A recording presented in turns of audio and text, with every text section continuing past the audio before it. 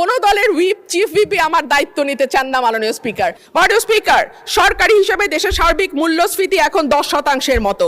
করমুক্ত আয় সীমা কিছুটা বাড়িয়ে 3,75,000 টাকা করা হয়েছে। কিন্তু মাননীয় স্পিকার, যেই ব্যক্তির মাসে ইনকাম 32,000 টাকা, তার বৎসরে গিয়ে ইনকাম দাঁড়ায় 3,84,000 টাকা, অর্থাৎ তিনি আয়করের সীমার মধ্যে চলে আসেন। কিন্তু যেই ব্যক্তি 32,000 টাকা মাসে ইনকাম করেন, তাকে কি বাংলাদেশের এই 10% মূল্যস্ফীতির সময় কোনোভাবেই এমনকি মধ্যবিত্তের কাতারেও ফেলা যায়? বর্তমানে গিনি সহগ 4.499, যেটা উচ্চ আয় বৈষম্যকে ইন্ডিকেট করে। মোট সম্পদের 58% মালিকানা 10% মানুষের হাতে এবং শীর্ষ 1% ধনীর হাতে যাচ্ছে 1/4 টোটাল সম্পদ। শুধু সেটাই নয়, আয়করের ক্ষেত্রে সরকারের যাবতীয় চাপ গিয়ে পড়ে সেই সব মানুষের ওপরে যারা ব্যাংকের মাধ্যমে বেতন পান, অর্থাৎ যাদের আয়কে সরাসরি ট্র্যাক করা যায়। কিন্তু যাদের আয়কে ট্র্যাক করা যায় না, এমন মানুষের সংখ্যাই বেশি। এবং সে কারণে দেখা যায় বিগত 15 বছরে আমরা একজন জর্দা ব্যবসায়ী কাউস মিয়াকে 1 নম্বর হতে দেখেছিলাম ব্যক্তি খাতে ঋণ ইনকাম ট্যাক্স দেওয়াতে। কিন্তু আমরা তো জানি যে বাংলাদেশে ওনার চেয়েও আরো অনেক অনেক অনেক বেশি ধনী ব্যক্তি আছেন, কিন্তু তাদের কাউকে কিন্তু 1 নম্বর করদাতা হিসাবে পাওয়া যায় নাই। অন্যান্য বারের মতো এবারও বাজেটে আয়কর সহ প্রত্যক্ষ করের হিস্সা 1/3 রাখা হয়েছে, অর্থাৎ বাকি 2/3 পরোক্ষ কর।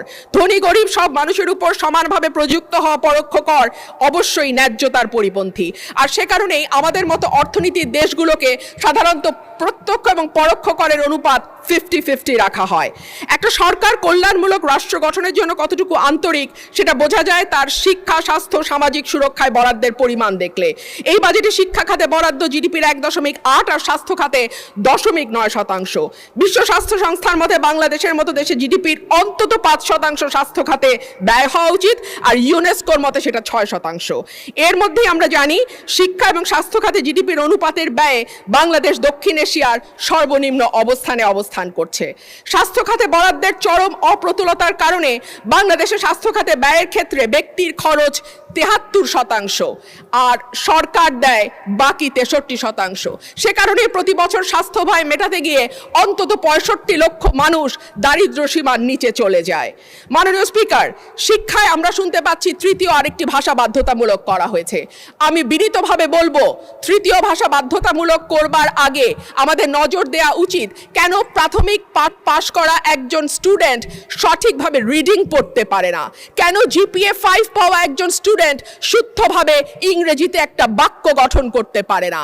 আমি মনে করি ম্যান্ডারিন বা জার্মান শেখার আগে অন্তত ইংরেজি ভাষায় বেসিক পড়তে পারা, লিখতে পারা, বলতে পারার শিক্ষাটা আমাদের ছেলে মেয়েদেরকে দিলে তারা বিদেশের বাজারে যথেষ্ট ভালো দক্ষতার সঙ্গে কাজ করতে পারবে। মাননীয় স্পিকার, আমি এবার আমার এলাকার কথায় একটু আসি। আমাকে 2 মিনিট বাড়িয়ে দেবেন স্পিকার, কারণ আমি সরকারি দলেরও না, বিরোধী দলেরও না। কোনো দলের হুইপ চিফ হুইপই আমার দায়িত্ব নিতে চান না মাননীয় স্পিকার। আমি আপনার স্পেশাল ডিসক্রিপশনের দিকে তাকিয়ে আছি মাননীয় স্পিকার, 2 মিনিট আমাকে বাড়িয়ে দেবেন। মাননীয় স্পিকার, আমার এলাকায় 19টি ইউনিয়ন, এবং এই 19টি ইউনিয়নে যে কমিউনিটি ক্লিনিকগুলো আছে সেগুলোকে আবার ভালোভাবে সচল করা, CHCP নিশ্চিত করা এবং ওষুধ যাতে নিশ্চিত করা হয়। উপজেলা হাসপাতালগুলোতে মাননীয় স্পিকার, আমি এই সংসদে বলেছিলাম যে হাসপাতাল নিজেই রোগীর আর চিকিৎসা কি করবে। সেই হাসপাতালগুলোর উন্নয়নের জন্য আমি স্বাস্থ্যমন্ত্রীকে অনুরোধ জানাবো তিনি যেন আমার 3টা উপজেলার যে স্বাস্থ্য কেন্দ্রগুলো আছে সেটাতে কিছুটা নজর দেন। রাস্তাঘাটের দুরবস্থার কথা আর কি বলবো মাননীয় স্পিকার, শীতকালে ধুলা আর বর্ষাকালে কাদার চোটে আমার ওরাইল এবং পাকশিমুলের যে ইউনিয়নগুলো আছে সেই ইউনিয়নগুলো রাজাপুর, রানীদিয়া, কাকুরিয়া, ধোবাজাইল, ধামাউড়া কিংবা তেলিকান্দি, জয়দরকান্দি, ফতেপুর, পরমান্দপুর, বড়িছড়া, হরিপুর, সাইটবাড়িয়া অবস্থা নিতান্তই খারাপ। আমাদের মাননীয় মন্ত্রী এখানে উপস্থিত আছেন, আশা করি তিনি এ বিষয়ে সদয় দৃষ্টি দেবেন।